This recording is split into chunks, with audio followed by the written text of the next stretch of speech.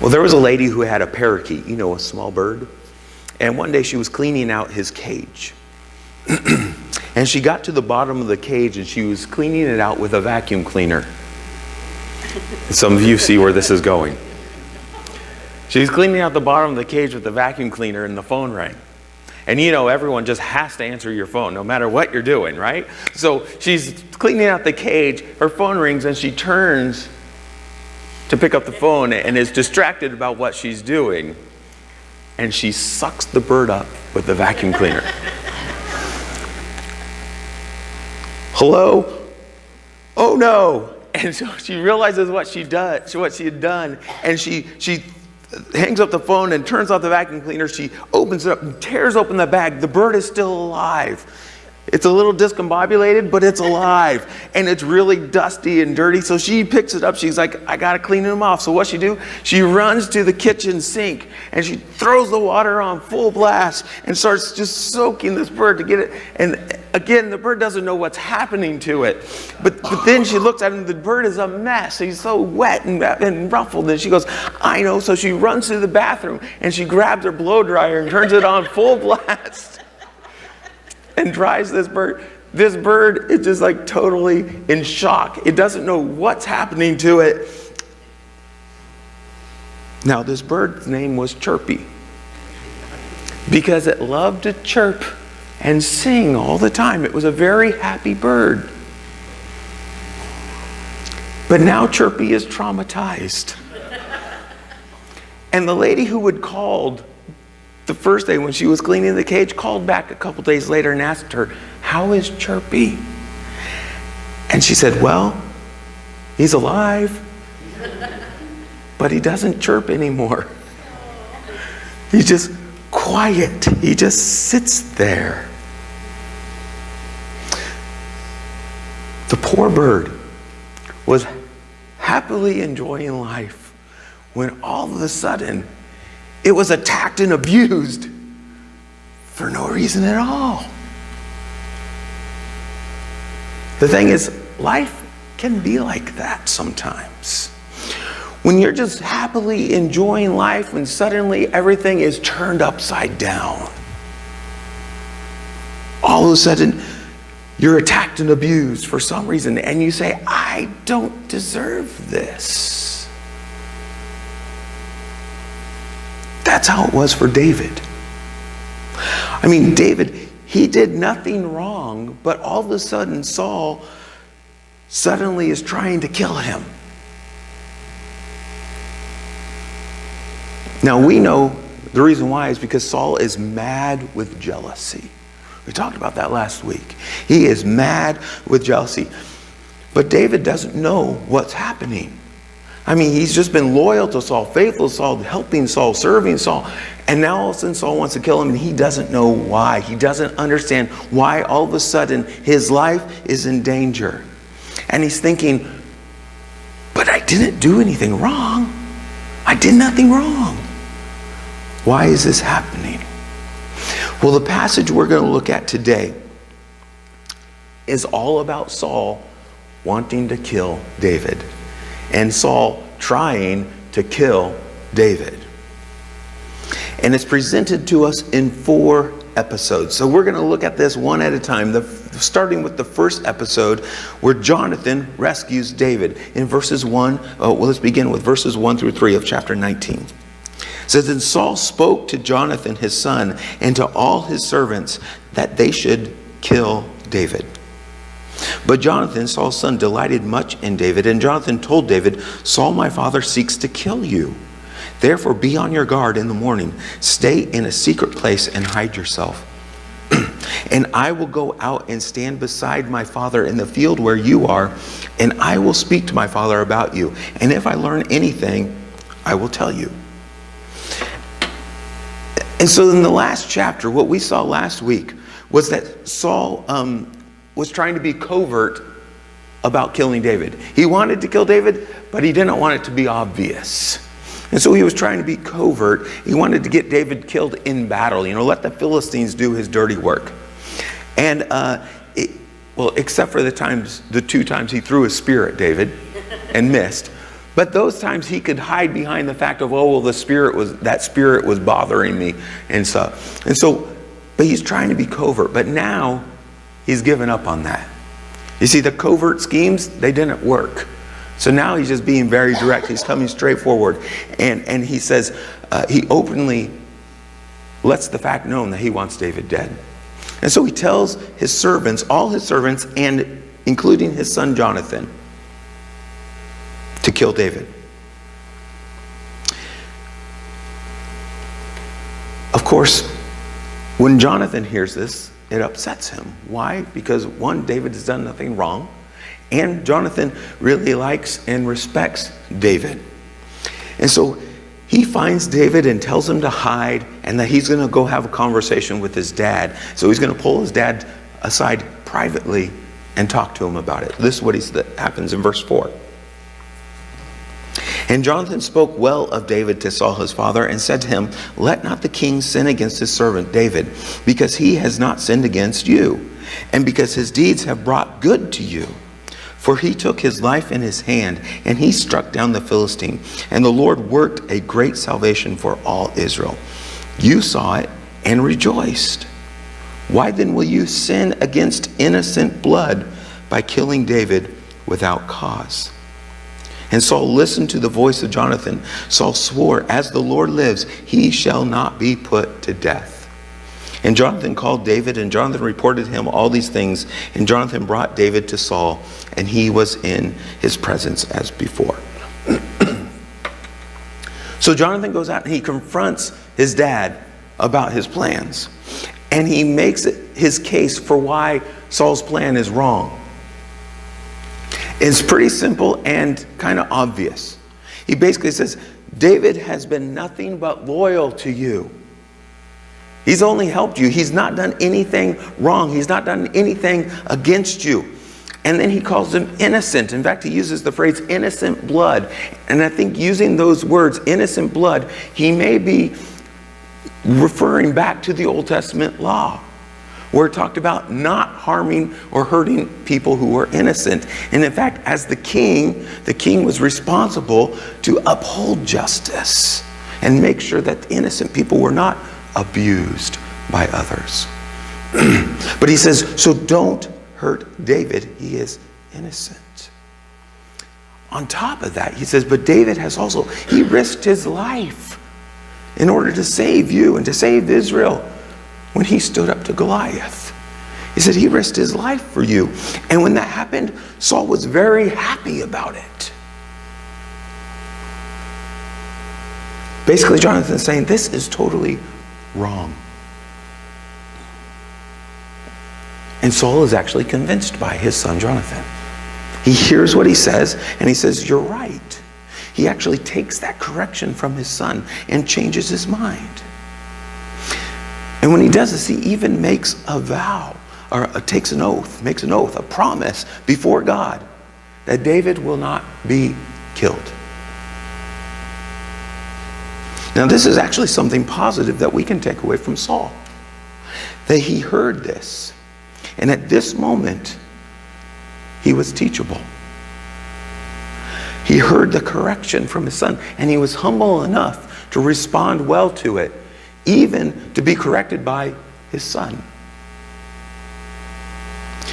So if someone points out sin in your life, if someone points out some sinful choice that you have made, or something sinful that you're doing, then we should listen and get right with God. Let's move on to episode 2. And this time, Michal, Saul's daughter, is helping David. Chapter 19, verse 8.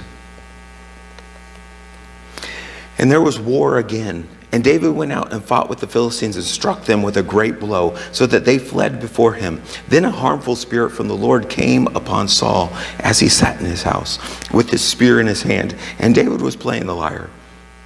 And Saul sought to pin David to the wall with the spear, but he eluded Saul, so that he struck the spear into the wall. And David fled and escaped that night. Saul sent messengers to David's house to watch him, that he might kill him in the morning. But Michal, David's wife, told him, If you do not escape with your life tonight, tomorrow you will be killed." So Michal let David down through the window, and he fled away and escaped. Michal took an image and laid it on the bed and put a pillow of goat's hair at its head and covered it with clothes. And when Saul sent messengers to take David, she said, "He is sick." Then Saul sent the messengers to see David, saying, "Bring him up to me in the bed, that I may kill him." And when the messengers came in, behold, the image was in the bed with the pillow of goat's hair at its head. Saul said to Michal, "Why have you deceived me thus and let my enemy go so that he has escaped?" And Michal answered Saul, "He said to me, 'Let me go. Why should I kill you?'" Julie, would you mind giving me some water? Thank you. So this episode starts in Saul's court, after David had been very successful in battle again. And apparently David's success has stirred up that jealousy in Saul again, and Saul is holding his spear and throws it at David again. Of course, David eludes that and is able to get away. But this time, Saul doesn't stop there. He's going to keep going. And so he decides to finish that job. Now, we might wonder, what happened to that oath that Saul had just made? You remember the one where he promised before God that David would not die or not be put to death? Well, apparently this time, Saul's, breaking his promise, breaking his word. He doesn't care. He's going to finish the job. And so David had evaded that spear and ran away. But when he ran away, he went home. That's right. Thank you.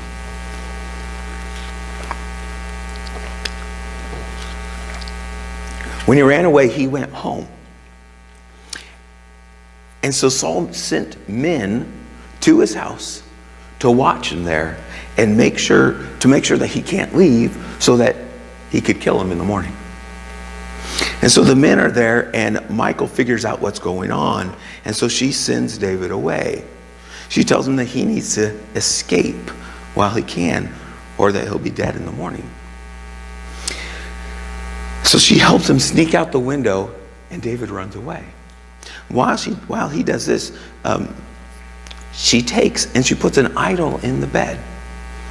And then she covers it up and makes it look like David is laying there in the bed. She's doing this in order to buy him time, because it takes a little time to get out the window and get out the city. And so she's trying to buy him time. Well, the messengers come.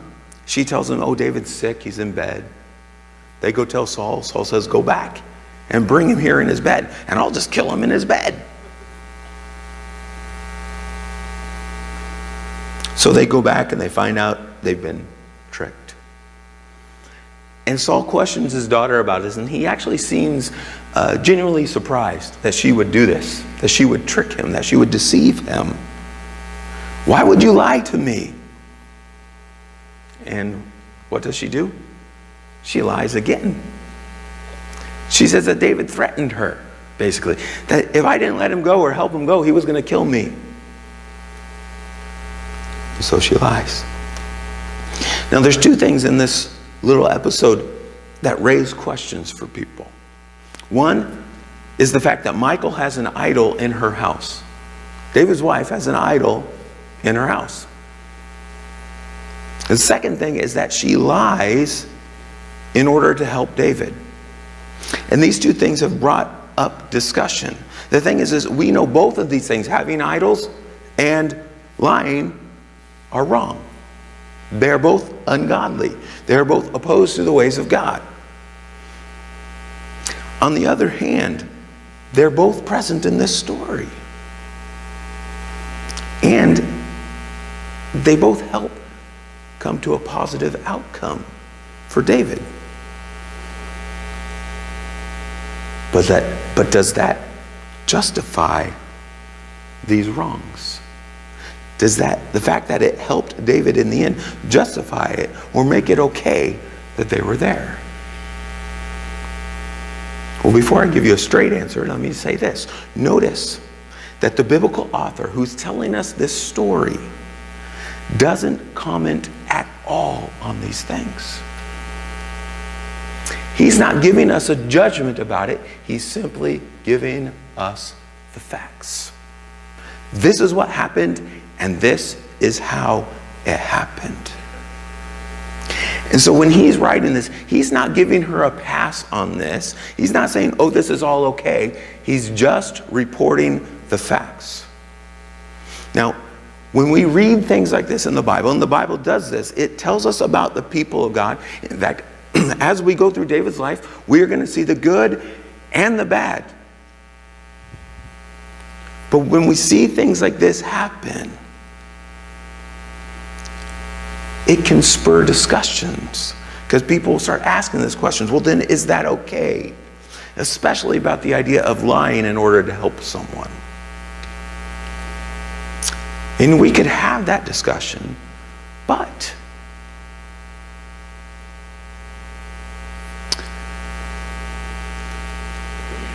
just because we read about things like this happening does not mean that it's right.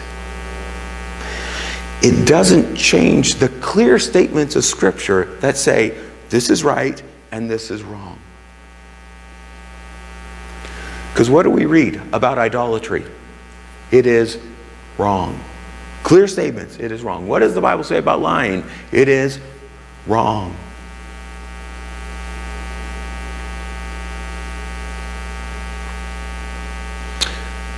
Well, let's move on to episode 3. Things are going to continue in the same path. Look at verse 18. Now David fled and escaped, and he came to Samuel at Ramah and told him that all that Saul had done to him. And he and Samuel went and lived at Naioth. And it was told Saul, behold, David is at Naioth in Ramah. Then Saul sent messengers to take David, and when they saw the company of the prophets prophesying, and Samuel standing as head over them, the Spirit of God came upon the messengers of Saul, and they also prophesied. When it was told Saul, he sent other messengers, and they also prophesied. And Saul sent messengers again the third time, and they also prophesied. Then he himself went to Ramah and came to the great well that is in Secu. And he asked, where are Samuel and David? And one said, behold, they are at Naioth in Ramah. And he went there to Naioth in Ramah, and the Spirit of God came upon him also. And as he went, he prophesied until he came to Naioth in Ramah. And he too stripped off his clothes, and he prophesied before Samuel, and lay naked all that day and all that night. Thus it is said, is Saul among the prophets? Now this one comes across kind of funny, but it's also tragic. So David runs away and he stays with Samuel. Eventually Saul is told that where David is, and so he sends these messengers. And when the messengers come, there are a group of prophets there with Samuel who are prophesying. Now we don't know exactly what kind of prophesying this is. Like we talked about, sometimes prophecy could be words spoken, sometimes it was a musical thing, ability, but it was a evidence that God was moving on people and causing them to do whatever it is that they're doing. Remember Samuel, when Saul came across that group once before, when he first was anointed, and he prophesied with them. They were musicians that were singing and playing, and he joined in with them. And so here we have these people who are prophesying again. We don't know exactly what it is, but it is a result of God's Spirit moving in their life. And so the messengers from Saul come, and what do? They all suddenly start prophesying. Saul finds out about it, and sends a second group. And what happens? They too prophesy. He sends a third group. And what happens? They too prophesy. And then Saul decides to go himself. And he too prophesies. In fact, we're told here that Saul takes his clothes off, that he's naked.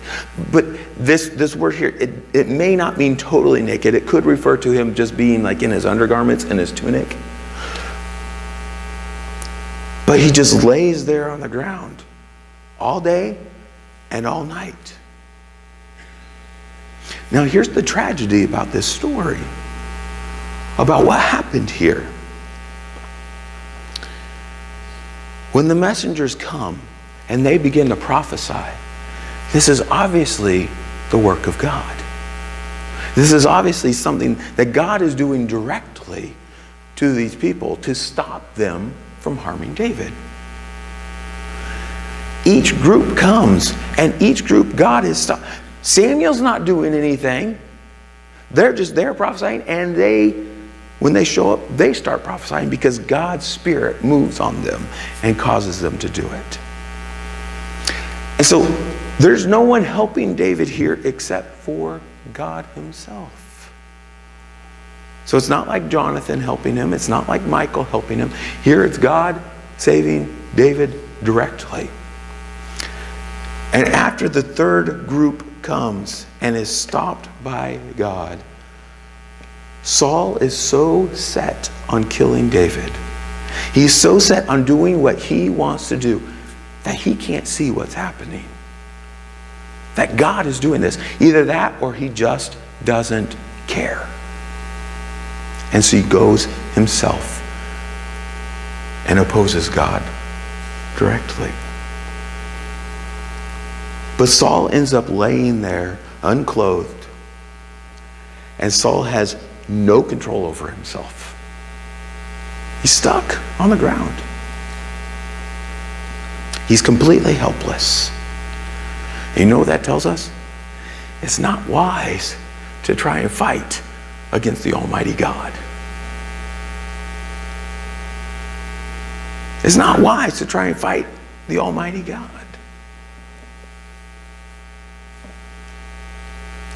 So we should just do what is right.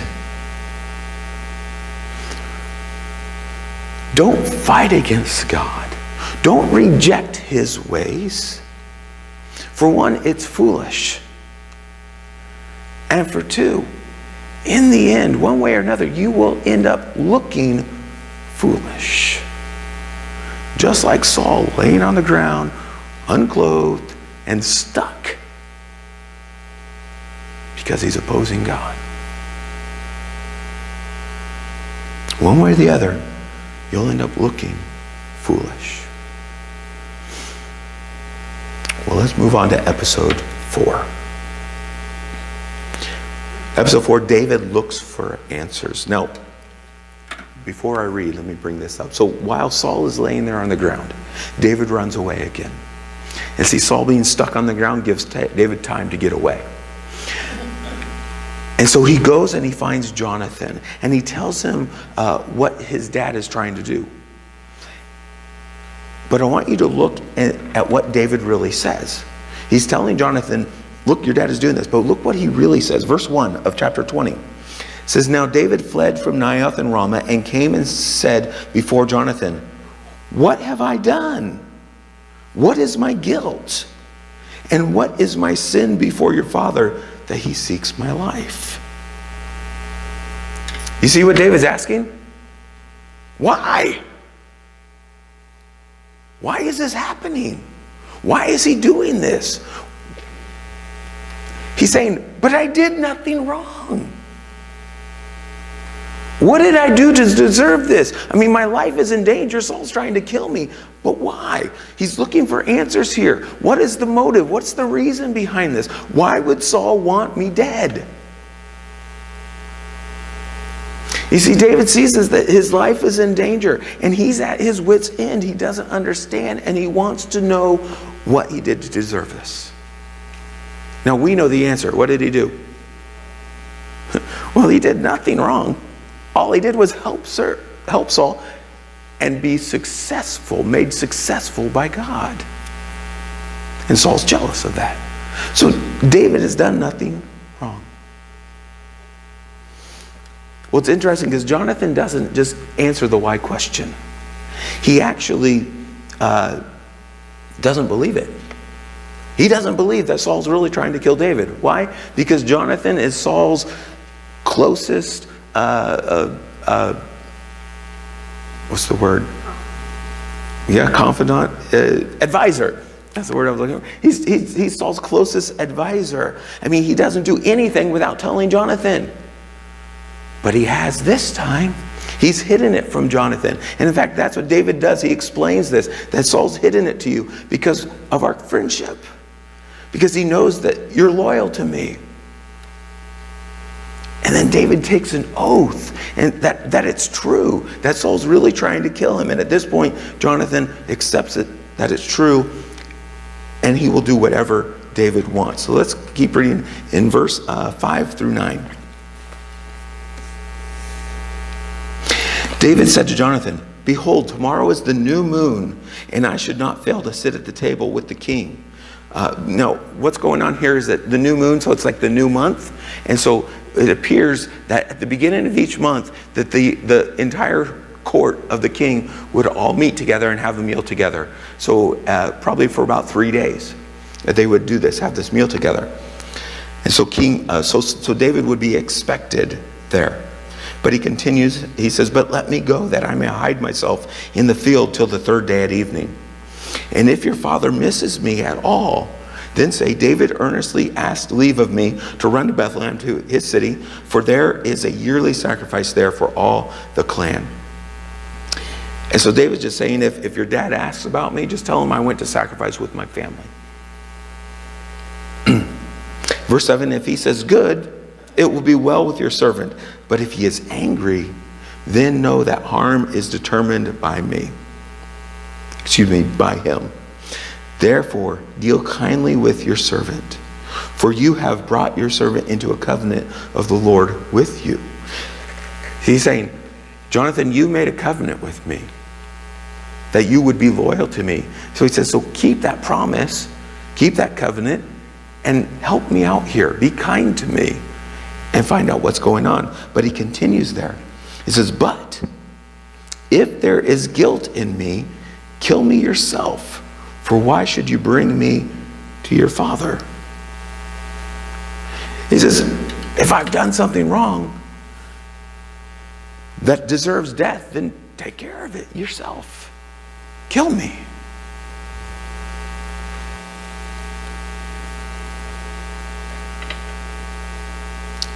And Jonathan answers in verse 9, Jonathan said, "Far be it from you." He says, I'm not going to put you to death. There's no reason to. And then he continues and says, "And if I knew that it was determined by my father to harm you, that harm should come to you, would I not tell you?" He says, if I knew about this, I would have warned you. Because he knows that David is innocent. So at this point, Jonathan promises to tell David what he finds out. But as they're discussing what they're going to do and how he'll tell him, he interrupts that discussion, and asks David to make a covenant with him. Look at verse 14. He says, "If I am still alive, show me the steadfast love of the Lord, that I may not die. And do not cut off your steadfast love from my house forever. When the Lord cuts off every one of the enemies of David from the face of the earth." And Jonathan made a covenant with the house of David, saying, "May the Lord take vengeance on David's enemies." And Jonathan made David swear again by his love for him, for he loved him as he loved his own soul.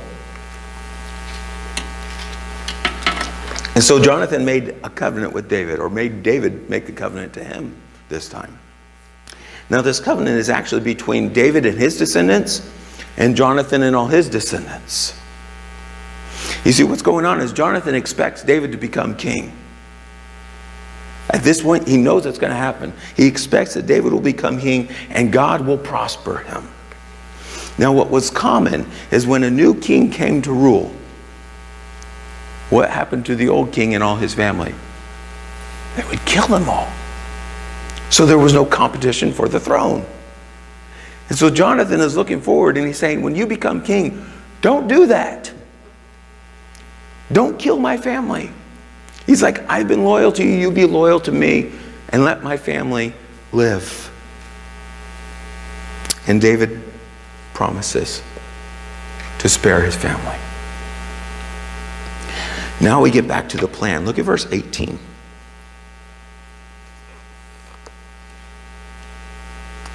Then Jonathan said to him, tomorrow is the new moon, and you will be missed because your seat will be empty. On the third day, go down quickly to the place where you hid yourself when the matter was in hand, and remain beside the stone heap. And I will shoot through 3 arrows to the side of it, as though I shot at a mark. And behold, I will send the boy, saying, go, find the arrows. If I say to the boy, look, the arrows are on the side of you, take them, then you are to come, for as the Lord lives, it is safe for you, and there is no danger. But if I say to the youth, look, the arrows are beyond you, then go, for the Lord has sent you away. And the matter of which you and I have spoken, behold, the Lord is between you and me forever. And so they made the plan and they did it. David goes and hides, and Jonathan goes to eat. Jonathan is there, and in the first day of the meal, Saul notices that David's missing, that his chair is empty, but he assumes that David must be ritually unclean or something. For some reason, he wasn't able to be there. So he lets it go. The next day, David's chair is empty again. So this time, Saul asks where he is. And Jonathan gives the answer. And his dad becomes very angry. But he's angry at Jonathan. You know why? Because he knows that Jonathan has sided with David, whom Saul thinks of as an enemy.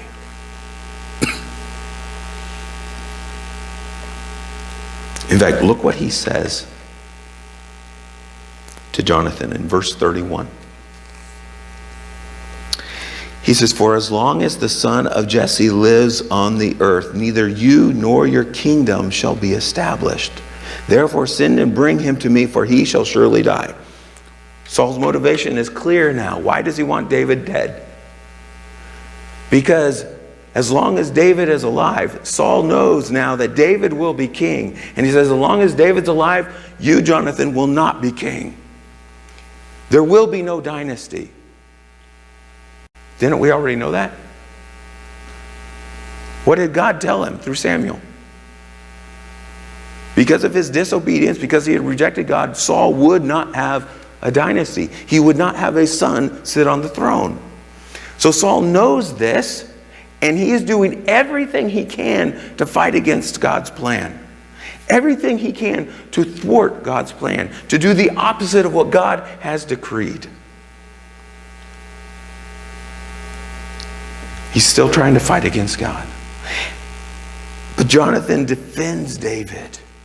He says he's done nothing wrong, nothing to deserve death. And you know what Saul does? He has a spear in his hand.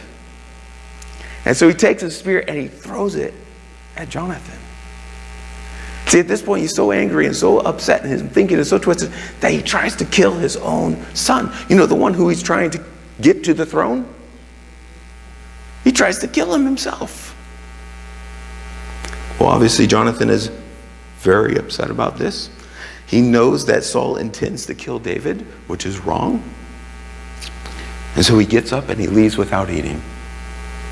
The next morning, he goes out to the field with a boy, servant boy, and he takes his bow and an arrow. Now, by taking this boy with him, probably makes it look less suspicious, like he's going out for target practice rather than sneaking out to meet with David.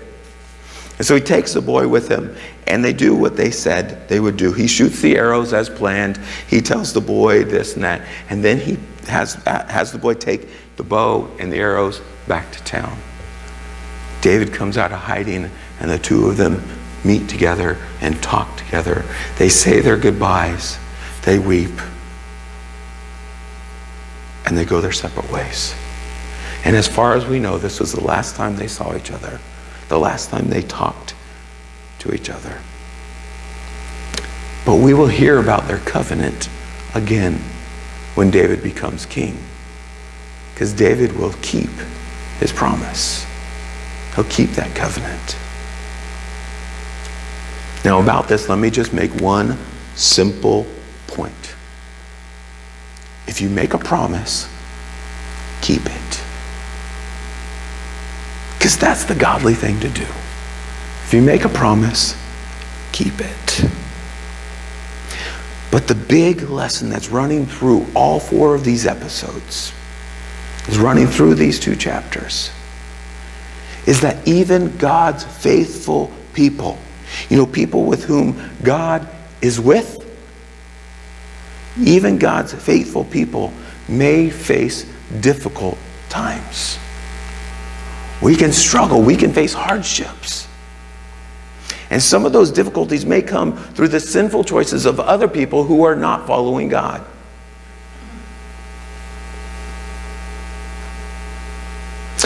In fact, Jesus talked about this. And Jesus said that we should expect this. He expected this for his disciples, but at the same time, he told them that they could have peace in the midst of it. Why? Because they belong to him, and he's one. He says in John 16:33, he says, I have said these things to you, that in me you may have peace. In the world, you will have tribulation. You'll have trouble. You'll have problems. You'll have difficulties. But take heart, I have overcome the world. And then the Apostle Paul came along and he added this in Romans chapter 8. He said, who shall separate us from the love of Christ? Shall tribulation or distress or persecution or famine or nakedness or danger or sword? And he continues, says, no, in all these things we are more than conquerors through him who loved us. For I am sure that neither death, nor life, nor angels, nor rulers, nor things present, nor things to come, nor powers, nor height, nor depth, nor anything else in all creation will be able to separate us from the love of God in Christ Jesus our Lord. That's good news. So when we go through hard times, we look to God. We look to him. He's with us. We can have the peace of Jesus. He's overcome the world. And he's with us. We belong to him. So if you are faithful, you've been faithful to God, but you feel, when you're going through a hard time, you may feel sometimes like God has deserted you. And if you have been faithful to God and you feel like God has deserted you, you're wrong. He hasn't. Let me read you a quote. One person said it this way, and I really like it. He says, sometimes the clearest evidence that God has not deserted you is not that you are successfully past your trial, but that you are still on your feet in the middle of it. God is with you. God is strengthening you. He is making you able to stand. So continue to be faithful. Continue to do what is right, even if life is difficult. Trust in God and put yourself in his hands. And even if you find yourself in a situation where you're saying, but I did nothing wrong. And that's true. You really didn't. But you're there and you're suffering. And you say, but I did nothing wrong. Well, then keep it up. Keep doing what you're doing. And keep your eyes on Jesus.